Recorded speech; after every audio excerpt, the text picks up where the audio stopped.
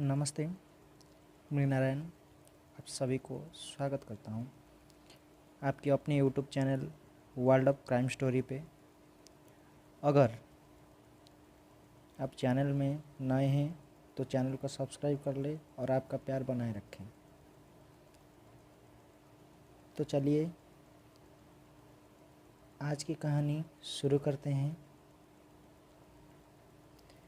ये सनसनीखेज घटना एक खूबसूरत वादियों वाले शहर उत्तराखंड के देहरादून की, वही शहर जहां देश और दुनिया से लोग घूमने आते हैं। उन्हीं वादियों में 29 अगस्त 2019 की रात दिल दहलाने वाली एक घटना हुई। रात के करीब 11:30 बजे एक घर में ताबड़तोड़ फायरिंग हुई, जिसमें वहां रहने वाली 25 साल की विवाहिता कामना की गोली मारकर हत्या कर दी गई।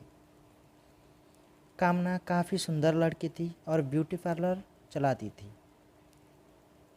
इस घटना में गोली सिर्फ कामना को ही नहीं मारी गई, बल्कि इनके पति अशोक को भी मारी गई, लेकिन वो गोली उनके पेट को छूती हुई निकल गई थी, जिससे वो घायल हो गए थे लेकिन जिंदा बच गए। अशोक पहले डीजे का काम करते थे। उसी दौरान कामना से मुलाकात हुई थी। दोनों कई साल तक लिव इन रिलेशन में रहे थे। फिर साल 2014 में दोनों ने कोर्ट मैरिज की थी। शादी के बाद अशोक ने ट्रांसपोर्ट का बिजनेस शुरू कर लिया था। 29 अगस्त 2019 की रात जो घटना हुई, 2 से 3 लोगों ने अंजाम दिया था। अब ये घटना वैसे तो बेहद ही सीधी सपाट थी, क्योंकि कामना के कत्ल के चश्मदीद थे उनके पति। एक तरह से ओपन एंड शॉर्ट केस, क्योंकि जब इस घटना की सूचना पुलिस को मिली तो दोनों को अस्पताल ले जाया गया, जहां कामना को मरा घोषित कर दिया गया। इसके बाद पति अशोक का इलाज शुरू किया गया। उसी समय पुलिस ने अशोक से घटना की जानकारी मांगी। अशोक ने रोते हुए बताया कि कैसे जिसे मुश्किल हालात में सपोर्ट किया और नौकरी दिलवाई, उसी ने मेरी बीवी को मार दिया। उसने बताया कि कातिल कोई और नहीं बल्कि मेरी बुआ का बेटा रिंकू उर्फ अजय वर्मा है। उसके साथ 2 और लड़के आए थे।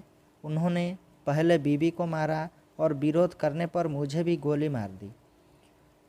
पुलिस ने पूछा कि पत्नी की हत्या करने के पीछे आखिर वजह क्या हो सकती है। इस पर अशोक ने बताया कि मेरी बुआ का बेटा पुराना क्रिमिनल है। उसका परिवार रायपुर में रहता है।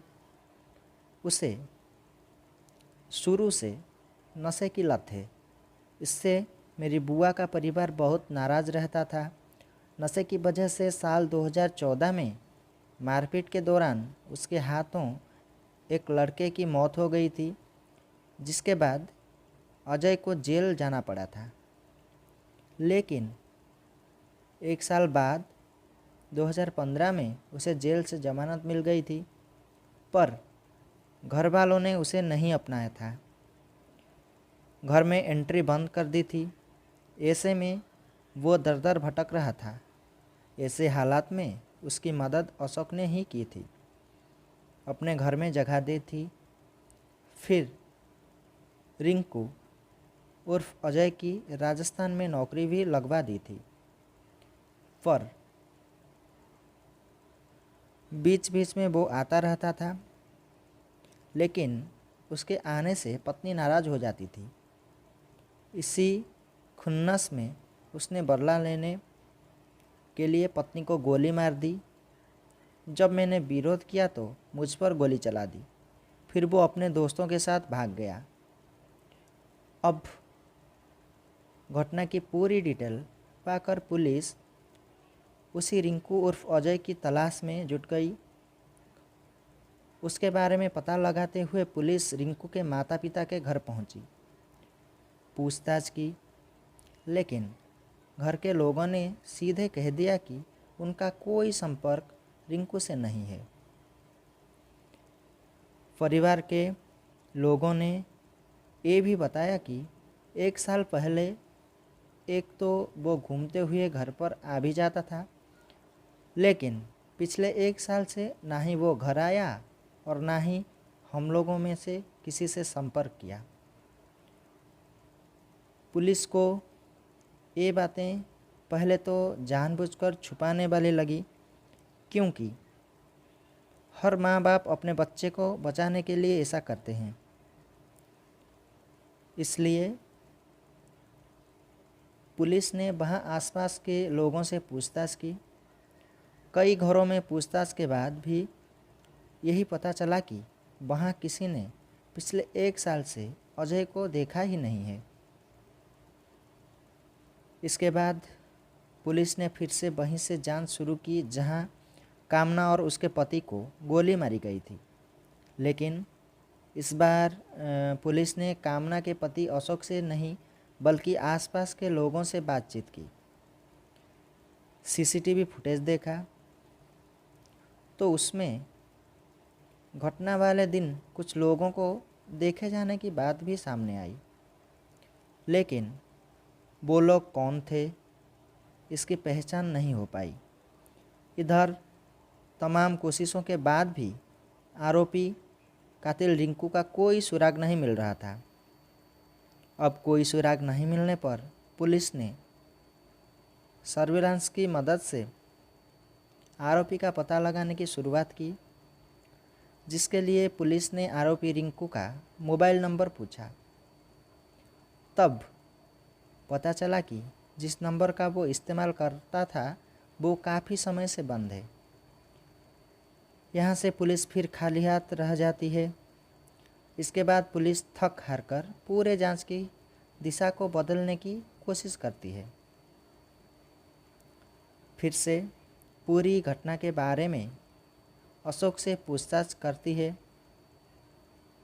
इस बार उसके बयान में कुछ अंतर मिलता है, इसलिए पुलिस आसपास के लोगों से भी फिर पूछताछ करती है।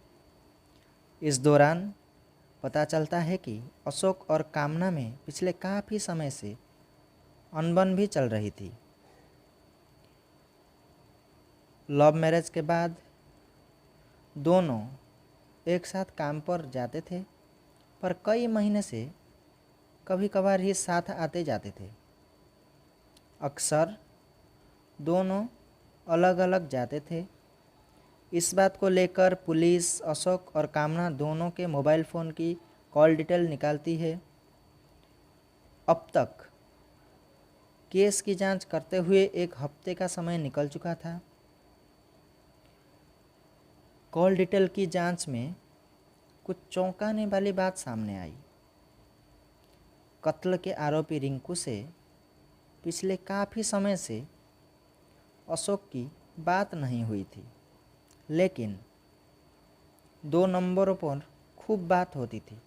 यहाँ तक कि कामना की हत्या वाले दिन और उससे पहले भी अक्सर बात होती थी, लेकिन हत्या के बाद 1 हफ्ते के भीतर उन नंबरों पर कोई बात नहीं हुई थी।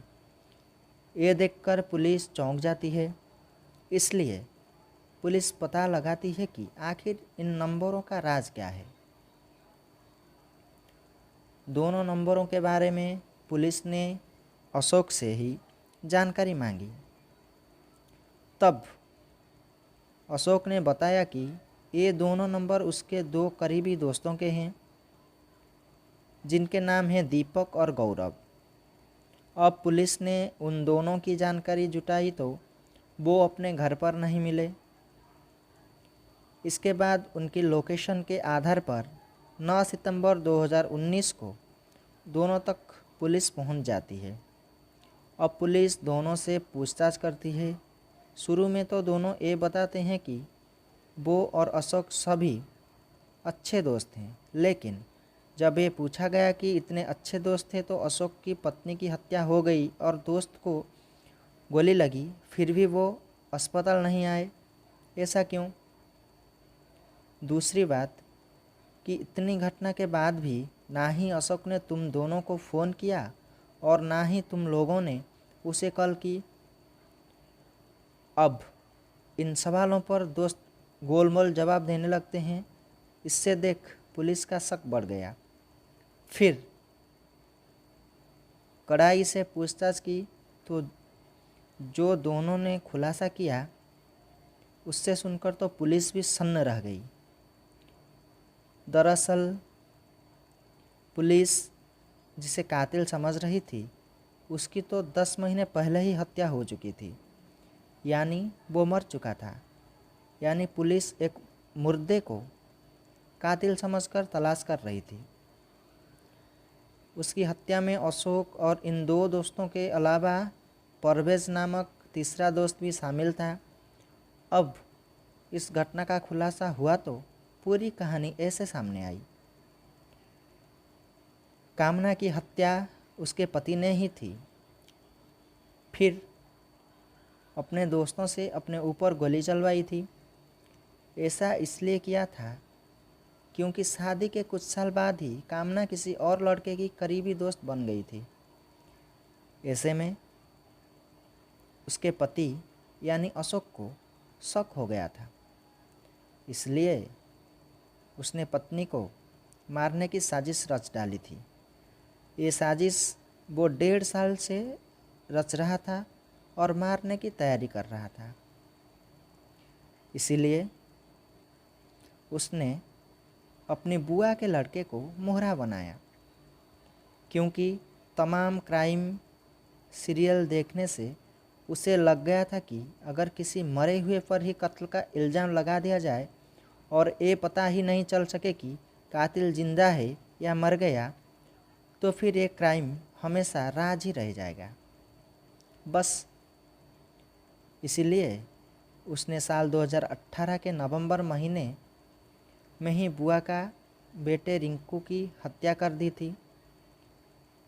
रिंकू की हत्या को बेहद ही शातिर तरीके से अंजाम दिया गया था। जेल से आने के बाद अशोक ने रिंकू को कुछ दिनों तक अपने घर में ही रखा था। इसके बाद उसे राजस्थान के सीकर में दोस्तों के जरिए नौकरी दिलाने का झांसा दिया था। ये बताया कि उसे नौकरी मिल जाएगी, इसलिए नौकरी पर भेजने से पहले अपने बर्थडे की पार्टी में दोस्तों के साथ सबने खूब शराब पी। इसके बाद एक कार से सभी लोग राजस्थान के सीकर के लिए निकल गए। सीकर के पास पहुंचने पर सभी ने मिलकर अजय की गला घोंटकर हत्या कर दी थी। इसके बाद उससे जुड़े सभी कागजात को गायब कर दिया ताकि उसकी पहचान ना हो सके। फिर उसके शव को सुनसान झाड़ियों में फेंक दिया था।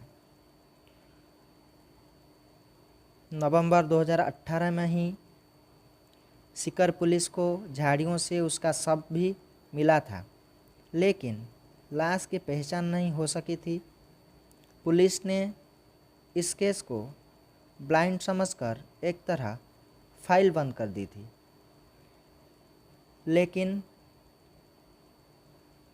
अब उसकी मौत के 10 महीने बाद अचानक उस हत्या का राज भी खुल गया। अब देहरादून पुलिस और राजस्थान पुलिस ने मिलकर इस पूरे केस का खुलासा किया। इस तरह एक मर्डर ने दूसरे कत्ल की गवाही दे दी और ब्लाइंड मर्डर केस का खुलासा हो गया।